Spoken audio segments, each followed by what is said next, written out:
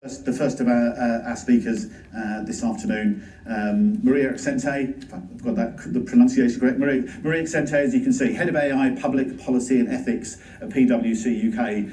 You know, what better background can we have for somebody to come and talk about AI ethics and diversity than Maria? So Maria, please join us.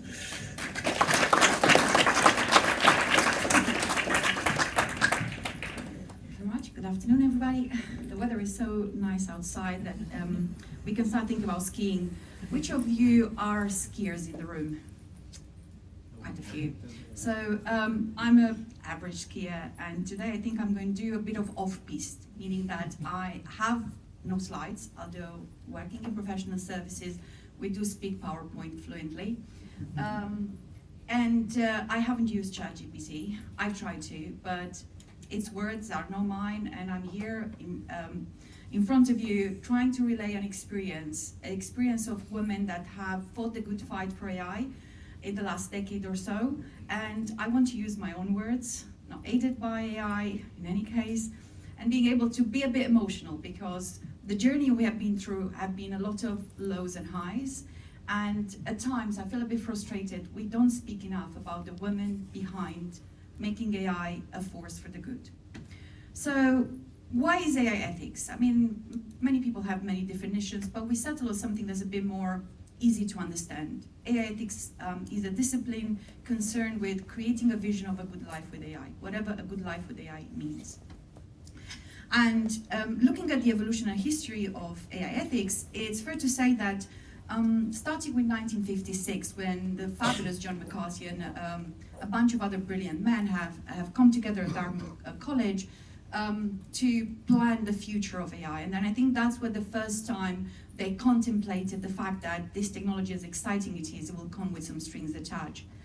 In the same decade, 60s, 70s, another brilliant man, Joseph Weizmann, the creator of ELIZA, has spoke extensively about the over-reliance on computer and what that will do to us and our ability to think critically, to operate as individuals. It took another few good decades for the conversation on the implications of AI to get a bit more momentum, and it was in 2004 when the American Association for Advancement of AI, I think I got the name right, have furthered the conversation. But it was only the beginning of 2010, more or less in 2013, 2014, when we had a bunch of computer scientists coming together with philosophers and draft the first iteration of what we now name as the first ethical principles. And those ethical principles talk about the need for technology to be fair, the need for technology to be transparent and explainable to human, the need for technology to protect the privacy of people. And while those rules continue to operate and to evolve over time, and we've seen hundreds of such principles. In 2018, when we did the research, we've discovered 200 or so sets of different principles that existed. Having the rules doesn't mean that we will actually play by the rules. And what has happened is that technology, we've learned gradually that technology is tangibly harming people. And although we knew that, we anticipated, many have anticipated, it was very hard to convince those computer scientists that were a bit enamored with their code, to stop considering what they're doing and actually understand that crunching data, that data is not just numbers on the screen, it's about people's life. And it's been a long journey to realize that data is about people and not just numbers. And that was due to the fact that on one hand, we started seeing real tangible harms, and we'll hear about the post office. We've seen a massive scandal in the Netherlands. We've seen the A-level results. We've seen discrimination against women. We've seen black faces being identified as gorillas. We have seen the wrong prediction of reoffense for black people. And that gave the right ammunition for some very brave women to go and investigate and understand exactly what was the role of the human making bad decision, plus technology being implemented in such a way that will perpetuate those harms. And we owe it to a lot of great women that have been raising their voices, and despite the backlash they have received, they help us understand better how this technology perpetuates existing harms. One of those amazing and brave researchers is Cathy O'Neill. Perhaps you've read her book, Weapons of Mass Destruction. She was the first one to talk publicly about how algorithms, probably even less sophisticated than those we are now labeled as AI, are harming people. She came up with the term toxic algorithms that allow us to really understand that algorithms are not just maths, they have the ability to harm people. Another brilliant researcher is Kate Crawford. Her book, Atlas of AI, is mapping the AI supply chain, and for the first time points out that AI is not just about a data set or a model, it's about the long supply chain of hidden resources, hidden labor, hidden data, not to mention the raw materials and how we extract those raw materials that will build us the laptops, the GPUs and the phones we're using when accessing AI. And of course, Timmy Gabbro and Margaret Mitchell, both of them working for a big tech company, have taught us about the corporate incentives structure that at times create a tension with the key ethical principles around AI.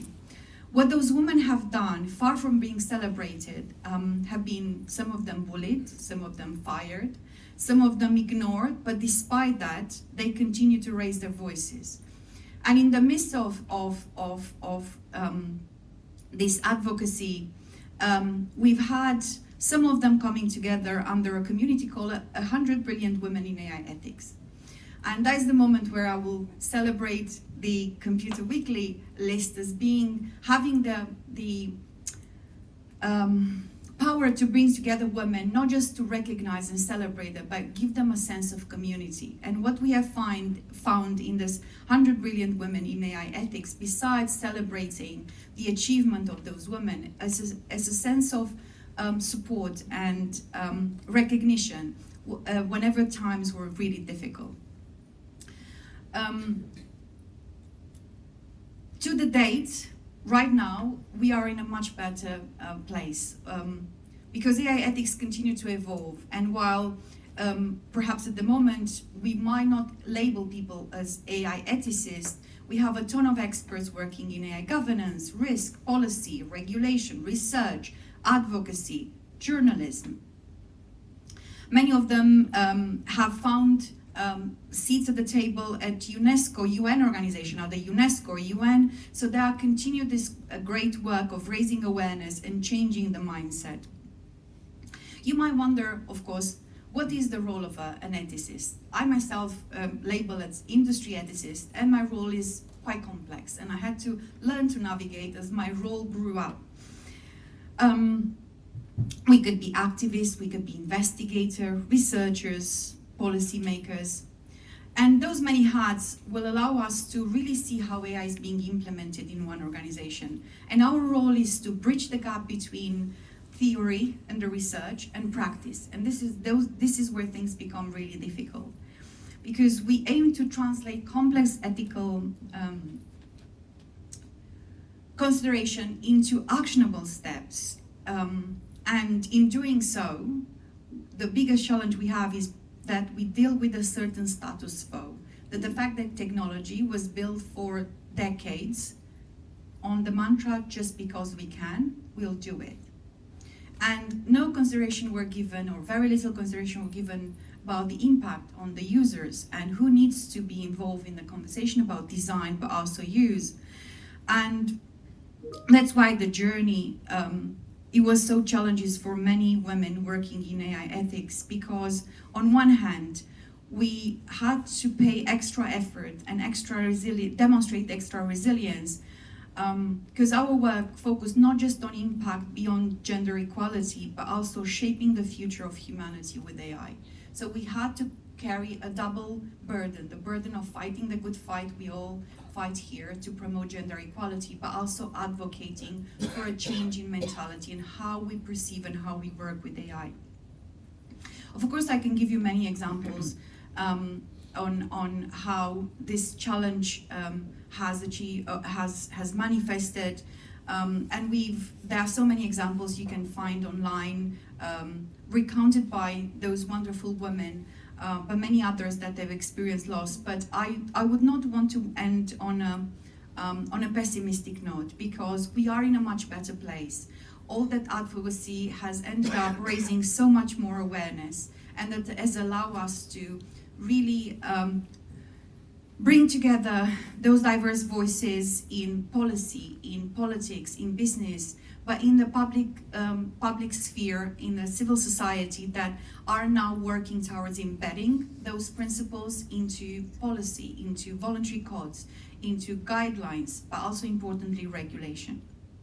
If anything, I want to share with you 3 important lessons we have learned as a community. That in the end, if we want to make AI work for us as individuals and as collective, collaboration, not competition, is the way forward. And what better group of people in the world to promote collaboration than us, women. Sorry, guys. The second one is about the change of mind and heart, but the fundamental rewire of the brain. The Greek have a very beautiful term called metanoia, which means changing the way you think. And why this is important is because, again, for decades we operated on the principle, just because we can and there's no rules, we're just going to go and build it. Silicon Valley is a testament of that mantra. But this philosophy is not going to work on long term, and all the work, the advocacy we have done, and all the sleepless nights and the events we came together and the working groups and the research and the reading we have done was towards changing this mindset. And lastly, I think we need to focus not only on human-centric AI, that is AI built for us, with us, about us, but on person-centric AI. And the person-centric AI is about recognizing our humanity and the fact that we need to up our games on self-awareness.